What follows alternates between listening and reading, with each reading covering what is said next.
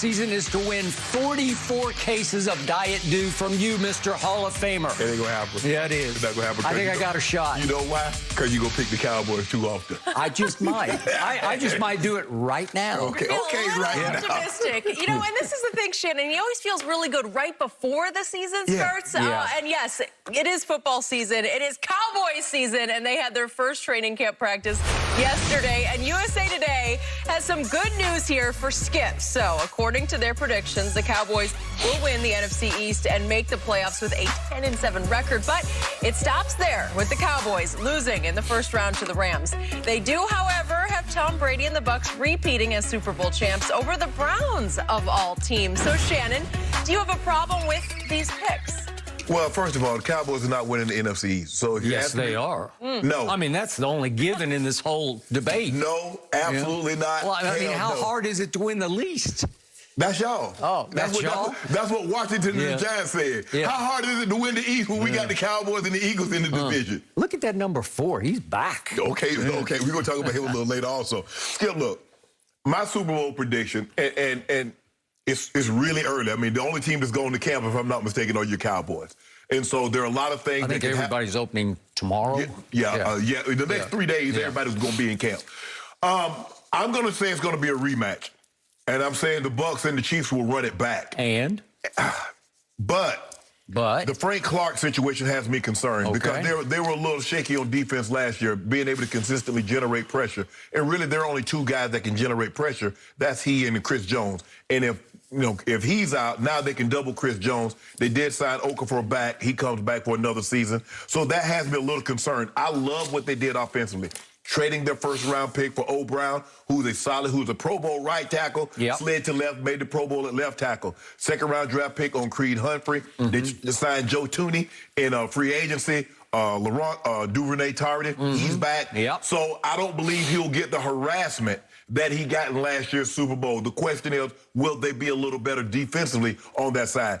Tampa, they bring everybody back, and barring injury, I think the NFC is probably a little easier to navigate than the AFC, especially what's going on in Green Bay. Matthew Stafford is in the Rams, so we'll see how that goes. But I'm going to go right now. I'm going to go Chiefs Bucs. Now, as far as the NFC East.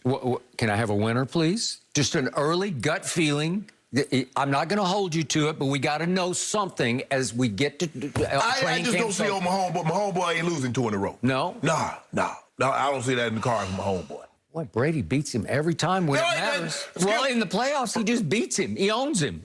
We got y'all early in the year. Y'all got us when it really mattered. That's right. And we got you good. We got y'all the year before we didn't get an opportunity to get the rematch. AFC Championship game, overtime, 3 straight 3rd and 10 conversions by Thomas Edward Patrick Brady Jr. at Kansas City in the cold. You got an edge. You're 3-1. Now let's get to your NFC East, your Cowboys.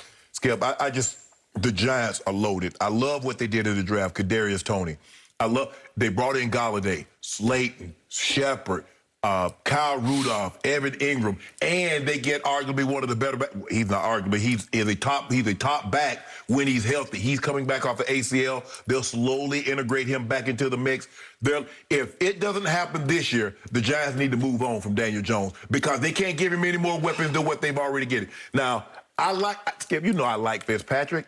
But they got expectations in Washington. And he never seems to come through when expectations are placed on him. Now, if he was just brought in there and it's like, and Washington didn't do anything, I was like, oh, man, Washington.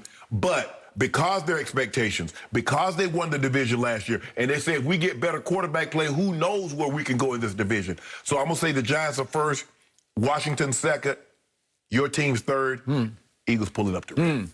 Okay, I'm going to address your NFC least predictions first. You said I'm going to quote you, the Giants are loaded, said the Hall of Famer Shannon Sharp.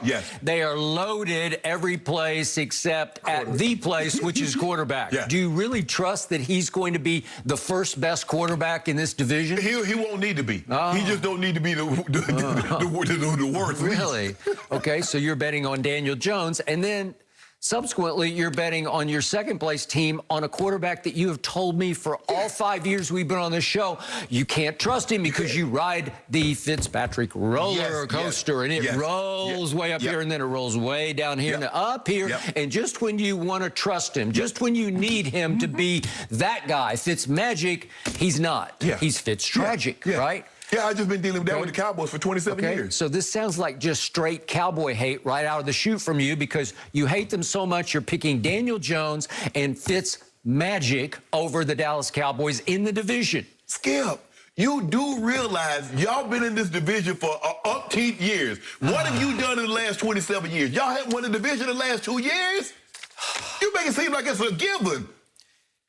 I will address them in a moment, but now it is my turn to make my big picture predictions. And again, these are all too early predictions, but it's here, it's back. And you know what?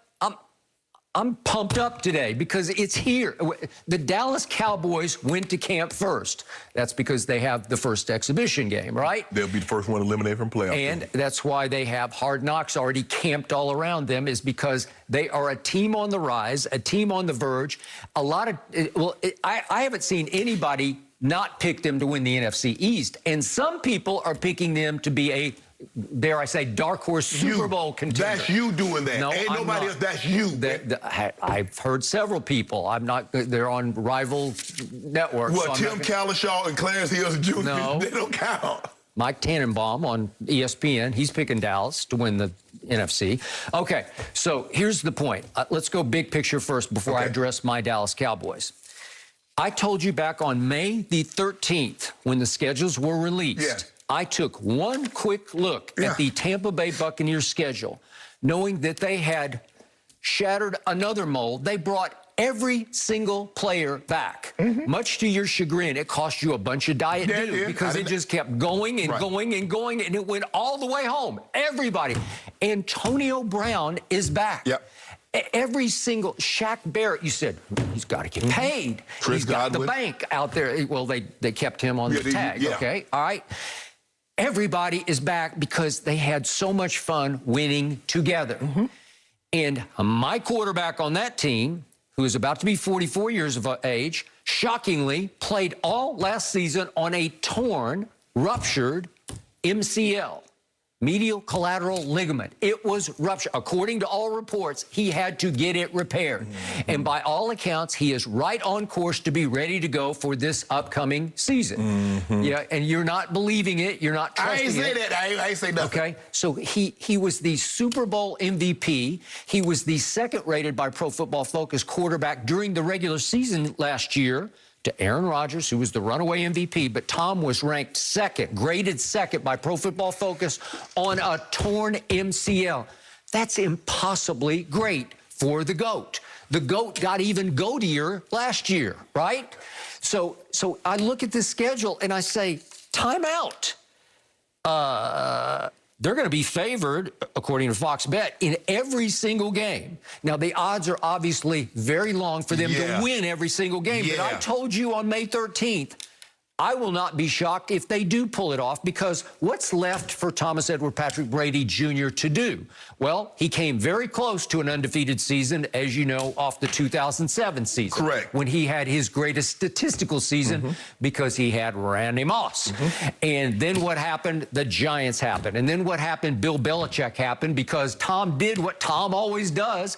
He had a game-winning drive with 2 minutes left. He hit Randy Moss for the 14-10 go-ahead touchdown, and Belichick's defense spit it up after that and allowed Eli Manning to go 75 yards in 13 plays for the game-winning score. The same Belichick defense that had just held the Giants to 10 points for the entirety of the game, and all y'all could do was have 7? The money got pushed to the middle of the table, and Tom said, I'll do my part, Coach, if you'll do yours. Coach couldn't. Coach got out-coached. Oh, my goodness. And my point is, you don't think that sticks in Brady's cross. So what would be a crowning achievement? Not that this is going to be his last year, because I think he might play 4 or 5 more years. My goodness, but my point is this possibly an undefeated season? No. Is it possible that that Tampa Bay would have 2 home games to get to the Super Bowl? Sure, it's very possible. I think even you would agree with that. Skip, we put man on the moon. Now private citizens are going up in space. Anything's possible, but likely. What is the likelihood? What percentage do you believe they go undefeated?